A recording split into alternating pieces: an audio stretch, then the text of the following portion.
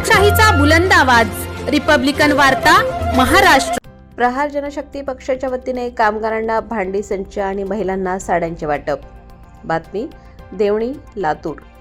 प्रहार जनशक्ती पक्ष प्रणित प्रहार कामगार आघाडीच्या वतीने आज देवणी तालुक्यातील बांधकाम कामगारांना संसारोपयोगी भांडी संच वाटप करण्यात आले। तालुका प्रमुख अंतेश्वर सूर्यवंशी व ज्ञानेश्वर भोसले बोंबळीकर यांच्या अथक परिश्रमातून हा उपक्रम यशस्वीपणे पार पडला। कार्यक्रमात देवणीचे तहसीलदार सोमनाथ वाडकर, गटविकास अधिकारी सागर वरंडेकर, वलांडीचे सरपंच रामभाऊ भंडारे, प्रहारचे जिल्हाध्यक्ष राजाभाऊ चौगुले, उपजिल्हाध्यक्ष विनोद तेलंगे, जिल्हा कार्याध्यक्ष बालाजी जाधव, महिला आघाडीच्या ग्रामीण जिल्हा प्रमुख प्रेमलता बंडे, तालुका महिला प्रमुख मनीषा पाचंगे, गौस लष्करे, उदगीर तालुका प्रमुख जम्मू मुसा, कामगार नेते माजी शेळके तसेच इतर प्रहार पदाधिकारी उपस्थित होते।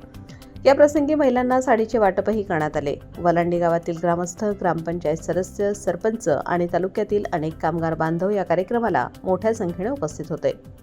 रिपब्लिकन वार्तासाठी जिल्हा प्रतिनिधी Sagir Momin, Latur. Subscribe now and press the bell icon. Never miss an update.